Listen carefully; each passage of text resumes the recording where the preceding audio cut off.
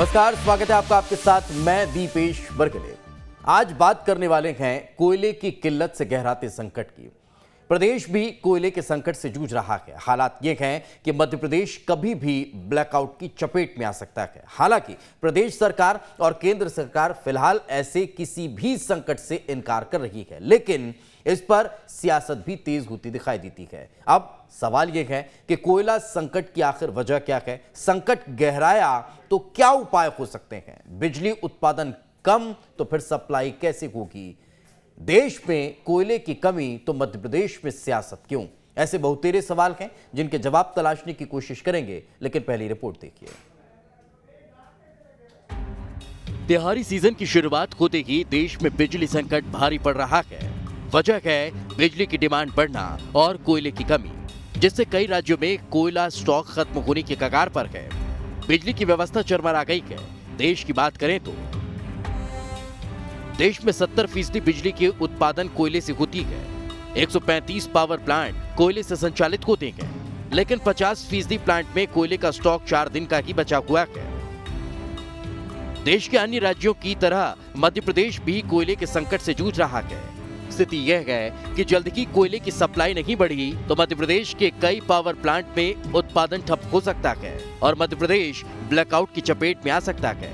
हालांकि ऊर्जा मंत्री प्रद्युम्न सिंह तोमर का दावा है कि समस्या बड़ी नहीं है, दूर कर ली जाएगी। जो देश में स्थिति मध्य प्रदेश में है, पर मध्य प्रदेश में हम काफी बेहतर अच्छी स्थिति में हैं और मुझे ये विश्वास है कि माननीय शिवराज सिंह के नेतृत्व में हम इस समय एडवांस पेमेंट करके कोयला ला रहे हैं और रबी के सीजन में किसानों के लिए, आम उपभोक्ताओं के लिए और उद्योगों के लिए हम बिजली निर्बाध रूप से दे पाएंगे। उधर मध्य प्रदेश में अभी बत्ती गुल हुई नहीं कि सियासत अभी से शुरू हो चुकी है। विपक्ष अपनी भूमिका अदा कर रहा है और आगाह कर रहा है आने वाले संकट के प्रति कि जिस प्रकार से आप कहीं ना कहीं इन अपनी जनरेशन कंपनी को निगलेक्ट कर रहे हैं, वो लगातार घाटे में चल रही है। इससे सरकार का बड़ा मोटा नुकसान हो रहा है। वहीं केंद्रीय ऊर्जा मंत्री आर.के. सिंह ने भी देश में किसी तरह के बिजली संकट से इनकार किया है। अभी जो डिमांड बढ़ा है और बढ़ा हुआ है और जितना भी डिमांड बढ़ा हुआ है उसको हम मीट कर रहे हैं। अभी और भी डिमांड बढ़ेगा, उसको भी हम मीट करेंगे। ये इसके लिए हमारे पास पर्याप्त व्यवस्था है। कोयले की कमी की वजह क्या है, ये भी जान लेते हैं। कोयले की कमी की वजह आयात घटना, वैश्विक स्तर पर कोयले की कीमतों में इजाफा।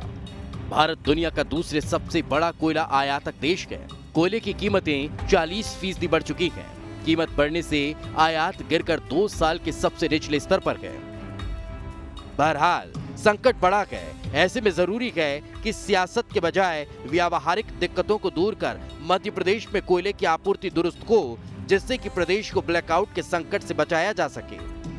भोपाल में शुभम गुप्ता के साथ टीम न्यूज स्टेट। तो देश के साथ साथ मध्य प्रदेश में भी अब कोयले का संकट गहराता जा रहा है और स्थिति बेहद गंभीर नजर आ रही है। इसी पर चर्चा करेंगे। डॉक्टर सत्यप्रकाश, वरिष्ठ पत्रकार, हमारे साथ जुड़ चुके हैं। सर, बहुत बहुत स्वागत है आपका। हमारे साथ बीजेपी नेता राकेश शर्मा जी जुड़ चुके हैं। राकेश जी, आपका बहुत बहुत स्वागत है। और कांग्रेस नेता विक्की खोंगल जी हमारे साथ जुड़ चुके हैं। विक्की जी, आपका भी बहुत बहुत स्वागत है। डॉक्टर सत्यप्रकाश, आज शुरुआत आपके ही साथ। सर, सवाल यहीं से शुरू होता है कि ऐसा क्यों होता है कि जब जब आग लगती है तब तब हम कुआं खोदते हैं? ये कोई एकाएक निर्मित कोई समस्या नहीं है। पिछले लंबे समय से, मान लीजिए कि 3-4 महीनों से इसका अंदाज़ा हमें होने लगा था, लेकिन उसके बाद भी इस स्थिति को यहाँ तक पहुँच जाना कि अब हमारे स्टॉक में मात्र 1 से 2 दिन का कोयला बचना आखिर क्या दर्शाता है? जी दीपेश जी, आपने बहुत अच्छी बात कही है और इस पर चर्चा की आवश्यकता है, क्योंकि अभी तक देश के अंदर मध्य प्रदेश को अगर हम लेते हैं तो मध्य प्रदेश में केवल 2 जगह से बिजली बनती है। एक तो हाइडल पावर से और दूसरा कोल से। लेकिन तीसरा जो ऑप्शन है वो सोलर पावर है और रीवा में एक बड़ा प्लांट है जो दिल्ली को भी देता है। लेकिन आपको पता है इसके अलावा कोई रिसोर्स या नए प्लांट मध्य प्रदेश में एस्टेब्लिश नहीं हो पाए लंबे समय से, क्योंकि ये आज की बात नहीं, कोयला आज मिल रहा है, कल नहीं मिलेगा, परसों और नहीं मिलेगा, एक ना एक दिन इसको तो खत्म होना है, ये तो पक्की बात है। ये क्राइसिस कोयले की केवल मध्य प्रदेश में नहीं है, पूरे देश में है। दिल्ली की स्थिति भी खराब होने वाली है। आप दिल्ली में बैठे हैं, आपको पता होगा, क्योंकि कल केजरीवाल ने भी कहा है कि हम बहुत परेशानी से हैं और हमने पीएम से कोऑर्डिनेशन कर रहे हैं, आरके सिंह साहब से भी कोऑर्डिनेशन कर रहे हैं, एनर्जी मिनिस्टर से, जिसके कारण हम कोल का जो सप्लाई है उसको करें। अब देखो समस्या कहाँ है, एक चीज़ सुनो, मंत्री जी का मैंने वर्जन सुना, मुझे बड़ा हंसी आ रही है कि वो कह रहे हैं हम बहुत अच्छी स्थिति में हैं, बहुत बढ़िया है, सब कुछ करेंगे, जबकि कल शिवराज सिंह जी ने खुद मीटिंग में कहा है कि हमको डिपेंडेंसी कोयले पर खत्म करना पड़ेगी धीरे धीरे चल के। अच्छा बयान है उनका, एक बहुत ही सकारात्मक, और ये कहीं ना कहीं एक ऐसे डेवलपमेंट की तरफ है कि जिसकी देश को या समाज को बहुत जरूरत है। सस्टेनेबल डेवलपमेंट की तरफ उन्होंने इशारा किया है कि अगर हम कोयले के ऊपर डिपेंडेंट बने रहेंगे तो हम आपूर्ति कैसे करेंगे। आपको मैं बताऊं कि लगभग 4000 यहाँ मध्य प्रदेश में केवल बनता है, जो मेगावाट इलेक्ट्रिसिटी या पावर बनता है, जिसमें से 2600 के लगभग थर्मल पावर से बनता है, बकाया का हाइडल पावर से बनता है, और 6000 सेंट्रल पूल या प्राइवेट या अदर उससे ले आ जाता है। अब समस्या कहाँ है कि जो जनरेशन कंपनी है वो कोयला कोल फील्ड से खरीदती है, सुनना जरा बात को, और उनका क्रेडिट है, क्रेडिट पे वो माल लेती हैं और उनको क्रेडिट पे माल पैसा चुकाना पड़ता है। तो जो कोल फील्ड्स कंपनी है उनका बहुत ह्यूज अमाउंट मध्य प्रदेश सरकार या उन कंपनी पर है। दूसरी बात क्या आती है, दूसरी बात आती है कि जो डिस्ट्रीब्यूशन कंपनी है, जो पूरे प्रदेश को बिजली देती है, उन कंपनी को सरकार को सब्सिडी देनी है जी। तो ये बड़ी पैसे की भी एक बड़ी चेन है। देखो दो चीजें हैं, एक तो प्राकृतिक रिसोर्सेज, दूसरा पावर क्राइसिस, पैसे की क्राइसिस, तीसरा कि लोगों की, मध्य प्रदेश के लोगों की मानसिकता कि पेमेंट नहीं करना, यानी कि हमको ऐसा नहीं केवल सरकारों पर ही हम कहते रहे, क्योंकि यूज हम कर रहे हैं, और आज हम 1 घंटे भी बिगर बिजली के नहीं रह सकते हैं। तो हमें आवश्यकता है कि जिन इलाकों में चोरी की आदतें पड़ गई हैं, या जो बड़े बड़े इंडस्ट्रियलिस्ट हैं, एक चीज और बताऊं कि आदमी कार्रवाई छोटी जगह करता है लेकिन उस बड़ी जगह नहीं करता, जो करोड़ों अरबों रुपए की कई सरकारी ऐसे बंगले हैं जिनका आज तक लाखों का बिल हो चुका है, जो नहीं भरा है, और यही वजह है कि अगर वो पैसा आ जाए तो वो पैसा उन कंपनियों को चला जाए, जिससे हमें फायदा हो सकता है। और इस वक्त हमारे साथ सुशील पचनंदा जी भी जुड़ चुके हैं। सर लौट रहा हूँ आपके पास, डॉक्टर साहब लौटता हूँ आपके पास। इस वक्त हमारे साथ सुशील पचनंदा जी जुड़ चुके हैं, पूर्व अधिकारी हैं एमपीपीसीएल के। सर बहुत बहुत स्वागत है। सर कैसे देखते हैं इस बड़े संकट को, चूंकि कोयले का संकट और उसके साथ साथ अब स्थिति इस तरह की आ जाना कि प्रदेश में कोयला बहुत कम बचना, देश में लगभग स्थिति यही हो चुकी है, कैसे इससे निपटा जा सकता है, कैसे इससे उबरा जा सकता है? सुशील सर। देखिए सर, कोयले की शॉर्टेज तो है, लेकिन कोयले की शॉर्टेज हुई क्यों? कुछ अनप्रेसिडेंट चीजें थी जो हमारी पहले से समझ में नहीं थी। एकदम से कंजम्पशन बढ़ा, और इस समय मध्य प्रदेश की बात कर रहे हैं तो मध्य प्रदेश में एग्रीकल्चर सीजन भी शुरू हो गया, और लास्ट ईयर के कंपैरिजन में इस बार गर्मी भी ज्यादा है। तो पिछले साल इस समय तक एसी बंद हो चुके थे, वो बंद नहीं हुए। चावल की फसल इस बार ज्यादा हो रही है, तो उसमें धान की जो बिजली है वो कंजम्पशन बढ़ रही है। तो जो एक रीजन है एकदम से कंजम्पशन बढ़ने का, तो वो कंजम्पशन बढ़ने से कोयले की डिमांड बढ़ गई जी। अब करना केवल इतना है कि हमें हर हालत में दूसरे रिसोर्सेज ढूंढने हैं। हमको सोलर पे जाना है, हमको हाइड्रो पावर पे जाना है, और जब तक हम उसको नहीं बढ़ाएंगे तो हम आगे नहीं बढ़ पाएंगे। नहीं, जिस 80% कोयले पर हम लोग निर्भर हैं बिजली उत्पादन को लेकर, 70 से 80% लगभग एक मोटा मोटी अगर हिसाब लगाया जाए तो हम लोग कोयले पर निर्भर है। उतनी बड़ी निर्भरता को क्या हम कम कर सकते हैं इतनी आसानी से? सुशील जी। बिल्कुल किया जा सकता है। हमको कुछ स्ट्रिंजेंट एक्शन लेने पड़ेंगे। बड़ी इंडस्ट्रीज जितनी भी हैं उनको हमको फोर्स करना पड़ेगा कि आप ग्रीन हाइड्रोजन पे जाएं। उसके लिए स्टेप्स तो लिए जा रहे हैं, लेकिन उसको और फास्ट करना पड़ेगा, तभी हम कोयले को बचा पाएंगे जी, या कोयले को कम यूज कर पाएंगे जी। स्टील है, रिफाइनरी है, केमिकल इंडस्ट्री है, इन तीनों पे खासतौर से हमको कंपल्शन करना पड़ेगा कि आप कोयला मत यूज करिए और हाइड्रोजन बेस्ड बिजली ही यूज करिए, जिसके लिए सरकार ने भी निर्देश दिए हैं इन कंपनीज को जी। मैं लौट रहा हूं आपके पास। राकेश शर्मा जी हमारे साथ जुड़े हुए हैं। राकेश जी, इंडोनेशिया से हमें पता था कि महंगी बिजली मिल रही है, अगर हम आयात कम कर रहे हैं तो क्या हमें घरेलू उत्पादन पर जोर नहीं देना चाहिए था? उसको बढ़ाने के लिए हमें क्या कोई विकल्प नहीं तलाशने चाहिए थे, या फिर इस समस्या से निपटने के लिए हमें कोई और विचार विमर्श नहीं करना चाहिए था? राकेश जी। दीपेश जी, मध्य प्रदेश में कोयले की कमी नहीं है, मध्य प्रदेश में बिजली की कमी नहीं है। मध्य प्रदेश के मुख्यमंत्री भगवान के वरदान शिवराज सिंह चौहान जी ने इसके लिए पहले से रास्ते चुने हुए हैं। आप देखिए कि एशिया का सबसे बड़ा सोलर प्लांट मध्य प्रदेश में है, विंध्य में। एशिया का सबसे बड़ा सोलर प्लांट है, जहां से लगातार बिजली की आपूर्ति मध्य प्रदेश को भी हो रही है और देश के अन्य प्रदेशों को भी वहां से बिजली दी जा रही है। आप ये देखिए कि जो लोग कह रहे हैं कि कोयला आज रात में खत्म हो जाएगा, कल सुबह खत्म हो जाएगा, एक भी जिम्मेदार व्यक्ति ऐसा बता दीजिए। सरकार के किसी नुमाइंदे ने बोला, सरकार के किसी प्रवक्ता ने आके बोला? मेरा स्पष्ट रूप से कहना है कि केंद्रीय कोयला मंत्री स्पष्ट रूप से कह चुके हैं कि बिजली संयंत्रों के लिए जितने कोयले की आवश्यकता है उतनी मात्रा में, पर्याप्त मात्रा में हमारे पास कोयला है और हम उनको बाकायदा दे रहे हैं। बिजली बाधित होने की संभावना 0% भी नहीं है देश में, जो कहा जा रहा है कि बिजली बाधित हो सकती है। तीसरी बात, सबसे बड़ी बात है कि कोयले से जो उत्पादन बिजली का होता है उसमें 24% की वृद्धि देश में हुई है। लगातार भारी बारिश होने के बाद भी 225 मीट्रिक टन कोयले जो बिजली के इंडिया लिमिटेड कोल क्षेत्र की है, उसने जो कोयले की आपूर्ति की है। मध्य प्रदेश की बात की जाए तो परसों ही हमने 10,000 टन कोयला मध्य प्रदेश में बुलाया है। साथ ही साथ आप ये देखिए हमने 8 लाख मीट्रिक टन कोयले के लिए 70,000 मीट्रिक टन की मध्य प्रदेश को रोजाना आवश्यकता होती है। वर्तमान परिस्थितियों में आप 24,000 मीट्रिक टन की उपलब्धता करवा पा रहे हैं। कैसे हमारे पास कोयला पर्याप्त है सर? देखिए, मेरा एक निवेदन है कि सरकार को जो इस कोयले की आवश्यकता है उसमें से परसों ही कोयला बुलाया गया, साथ ही साथ टेंडर भी जारी कर दिए गए। मध्य प्रदेश में मैंने कहा कि एशिया का सबसे बड़ा सोलर प्लांट है।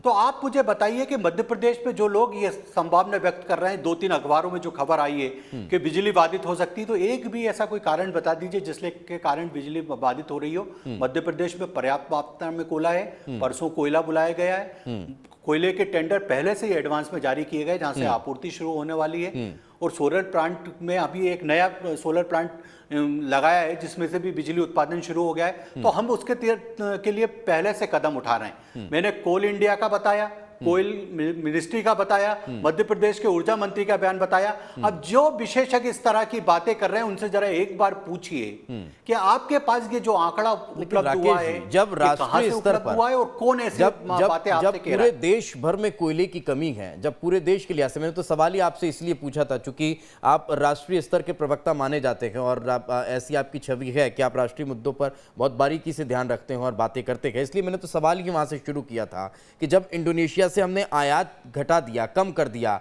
जो 2019-20 के लिहाज से भी अब कम है, और ऐसी स्थिति में अगर हम कोयले की आपूर्ति की बात कर रहे हैं तो कहां से संभव हो पाएगा? इसीलिए मैंने सवाल वहां से शुरू किया था। लौट रहा हूं आपके पास, जब देश के बाकी राज्यों को नहीं मिल पा रहा है पर्याप्त मात्रा में, तो मध्य प्रदेश को कैसे मिल पा रहा है? यह भी एक सवाल था। विक्की खोंगल जी, आप कैसे देखते हैं, कैसे इस समस्या से दो चार हुआ जा रहा है और कैसे इससे निपटा जा सकता है? विपक्ष क्या इसमें कोई सशक्त भूमिका निभा सकता है?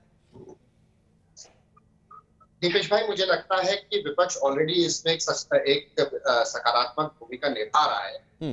सवाल करके और जागरूक करने का कार्य सदैव एक सकारात्मक विपक्ष के रूप में कांग्रेस पार्टी ने किया है। पिछली बार लगातार विगत 3 महीनों से हम सरकार को चेता रहे हैं और सरकार के माध्यम से जनता तक इस बात को पहुंचा रहे हैं कि 5400 मेगावाट का उत्पादन करने वाले जो हमारे संयंत्र हैं वो आज 2200 के आसपास का मेगावाट बिजली का उत्पादन ही क्यों कर पा रहे हैं?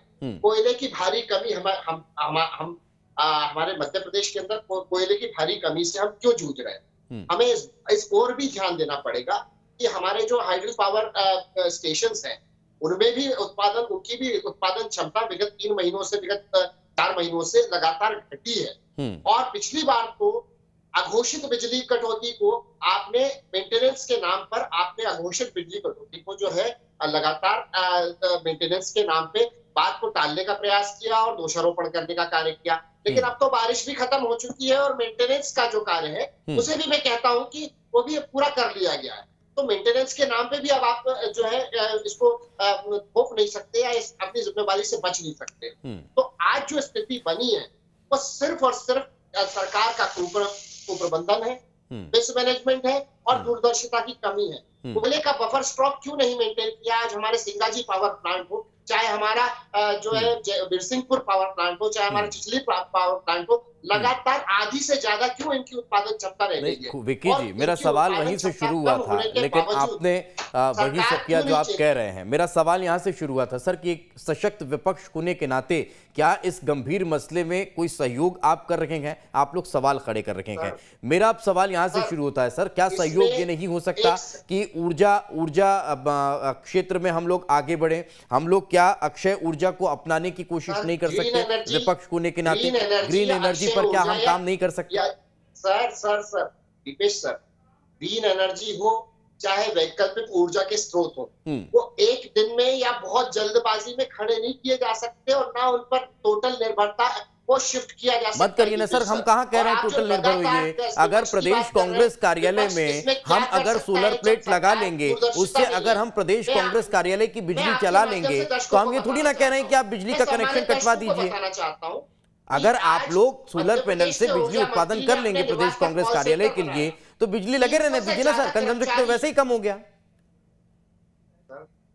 वो एक लॉन्ग टर्म प्रक्रिया है जिसकी आप बात करें, वो एक लॉन्ग टर्म प्रक्रिया है। हम लोग शॉर्ट टर्म के अंदर उस पर टोटली निर्भरता का, उस वैकल्पिक स्रोत जो होते हैं ऊर्जा के, उस पर एकदम से शिफ्ट किया नहीं जा सकता। वो एक लॉन्ग टर्म प्रक्रिया है सर। मैं टोटली शिफ्ट होने की बात थोड़ी ना कर रहा हूं। सुशील जी, जब जेपी अस्पताल अगर सोलर प्लेट से चल सकता है, वहां पर अगर अब अस्पताल की दिनचर्या उससे चल सकती है, हम ये थोड़ी ना कह रहे हैं कि बिजली कनेक्शन को काट दीजिए। अगर तमाम राजनीतिक दल या फिर ये कह लीजिए कि जो सक्षम हैं अगर वो उस पर मूव कर जाएंगे, तब थोड़ा तो कंजम्पशन कम होगा ना। हम थोड़ी तो बिजली की बचत कर सकते हैं ना। सुशील पचनंदा जी, मैं लौट रहा हूं विकी जी, लौट रहा हूं। नहीं सकती, लेकिन आज की अपनी जिम्मेवारी से नहीं लौट रहा हूं विकी जी, लौट रहा हूं।